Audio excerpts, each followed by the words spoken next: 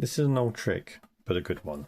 If you ask people to put a piece of rope on a surface, pick it up, and without letting go of the ends, tie a knot, it's almost impossible. But this is a good one, and this is what you need to do. So if you cross your arms like so, and then with each hand pick up the rope, like that.